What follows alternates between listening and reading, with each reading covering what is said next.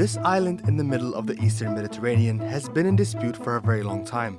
It has two administrations, one led by Greek Cypriots in the south and another led by Turkish Cypriots in the north. But how did this island become the center of an international dispute? To understand, we need to go back in time. Cyprus was conquered by the Ottoman Empire in 1571 and ruled by it until 1878. During the rule of the Ottoman Empire, Turks settled in the area, and for hundreds of years Cyprus was home to many Turks and Greeks. But as the Ottoman Empire started to weaken, things started to change. In 1878, following a series of agreements, Great Britain took over the provisional administration of Cyprus, but land sovereignty was still with the Ottoman Empire. In 1914, when World War I started, Great Britain unilaterally annexed Cyprus. Turkey recognized the annexation of Cyprus in 1923 as part of the Treaty of Lausanne.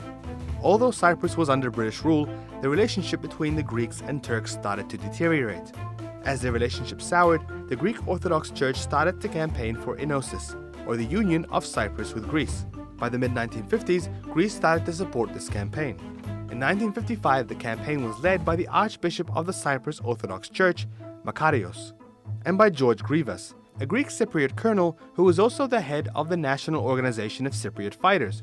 EOKA was established as an underground armed group and is recognized as a terrorist organization by Turkey. With EOKA's involvement, the Enosis campaign turned violent. British citizens, policemen, and servicemen were killed.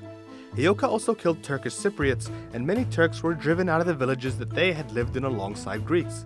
Despite all the damage and chaos, Turkish Cypriots refused the idea of Enosis, and Greeks realized the unification of Cyprus and Greece was not going to happen, because Turkish Cypriots, the UK, and the UN were not in favor of it.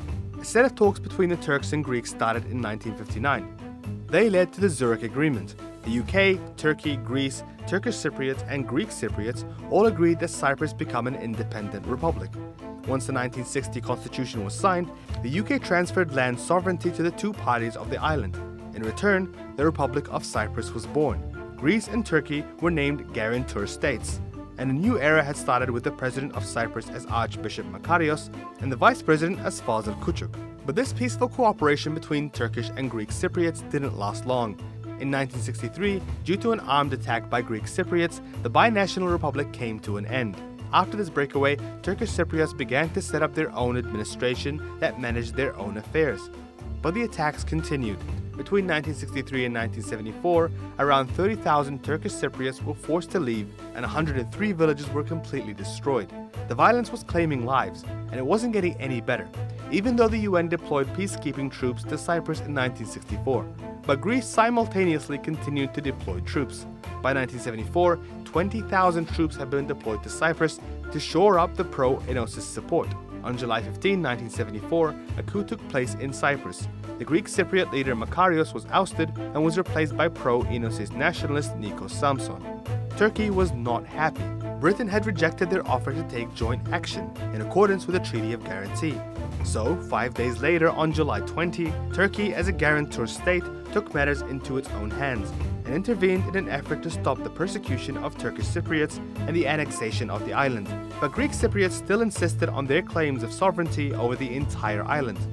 In 1983, the Turkish Cypriots formed their own state, the Turkish Republic of Northern Cyprus. After countless talks hosted by the EU and UN, a referendum was held. In 2004, the UN proposed to reunite the island and held a referendum. 65% of Turkish Cypriots were in favor of unification, but 76% of Greek Cypriots rejected it. For years, the UN and EU has insisted that the island be home to both parties and a republic on its own. But even though the Greek Cypriots rejected the bid for unification, the EU declared them a representing entity of the whole island and accepted Greek Cyprus as an EU member. Today, there are efforts to bring peace to both parties and renegotiation talks. But will we ever see it happen?